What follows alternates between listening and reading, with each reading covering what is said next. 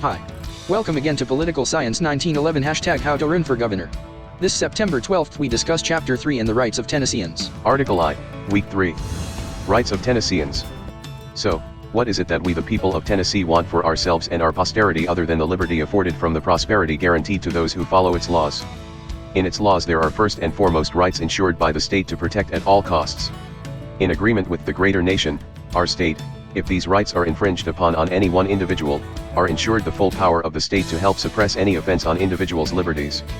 The general rights of the individual covered in the national constitution are further broken down by our state's constitution. Theoretically, the national constitution and Bill of Rights should be enough and essentially cover any and all others. But explaining them as they saw fit and in the priority to which they fell on the agenda defines our etiquette. We first think of rights, then distribution of power, and next executing what has been passed into law. We all should have by now known the protocol of our nation, but the etiquette of our states which guides our actions toward achievement is uniquely Tennessean, Hawaiian, Texan, or wherever state one happens to be. The U.S. Constitution prioritizes speech as primary, secondly for citizens freedom to bear arms, and third, but not least, the restriction of quartering soldiers, because their main position was for representation. Though some may think them arbitrary, they were the strategy, sequence, and protocol necessary to do just that. Well, Tennessee has an etiquette to add to the protocol which defines how we do what we do to maximize the agriculture and commerce for those who fall within its boundaries. As the duty of the governor is to the liberty of those under its auspices, which is proven in the taxes collected and used to uplift the standard of living for citizens of the state, he or she encourages etiquette for citizens' prosperity while enforcing the protocol of the greater nation. Each governor stands behind the president's broad view of legality, while rewarding those who adhere to those of the state with contracts, as there is no such thing as discount labor unless we revert to the days of slavery long ago. We are all unique, but there is a certain conformity to the law necessary to prove one is e pluribus unum. Assimilation is only to a certain point as per the first section of the first article of the Tennessee State Constitution. It states that all power is inherent in the people, who have an unalienable and infeasible right to alter, reform, or abolish the government in such manner as they may think proper. The second section explains non-resistance against an arbitrary power as slavish and absurd. The third allows for citizens to worship God as they see fit. We, now, take such information as a given and take for granted the foundation on which we stand. The territory south of the River Ohio, being ceded to the greater nation for debts owed, found themselves on the front line of hostilities between Native Americans with little to no assistance from their former state nor the greater nation. So, separated from the new nation and lacking statehood, the initial approach in Section 1 reminds citizens that light comes from within, and the autonomy of any body is the same as that of the individual who has the right to govern him or herself as they see fit. That light in every Tennessean is the same as any on earth, and it is only dimmed by outside factors which, if allowed, may extinguish what shines bright. The second explains that non-resistance against that force is slavish and absurd.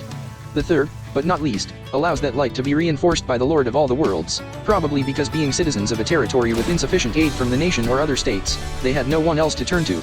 That first, second, and third sections of the first article are not arbitrarily numbered but a sequential protocol to follow for achievement in the state of Tennessee. Sure, we could read all the sections individually and pick which ones pertain to our situations, but just think if the First Amendment was the right to bear arms. We might still be fighting. The U.S. Constitution attempts to provide what it feels as most basic to citizens in their situation, whereas the freedom of speech through representation was to the colonists absent. Thus, the saying, "No taxation without representation" was born, and we sing the same song today through and within our state constitutions.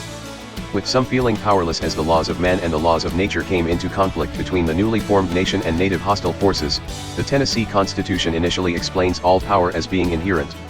An infant knows good from bad as they spit out food they prefer not to eat, but born in the state, it learns right from wrong from those who protect it from all threats, foreign, British and Native American, and domestic, criminals of the state.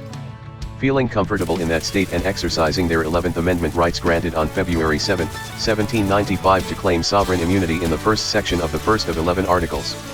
As we have explained earlier, as far as prioritizing according to sequence of protocol is what differentiates one state from another. All other rights, articles, and sections radiate from the nucleus concentrated in the beginning, which is why the first chapter covers North Carolina and its constitution. North Carolina couldn't afford to protect its citizenry that lived past the Appalachian Mountains from the hostile natives.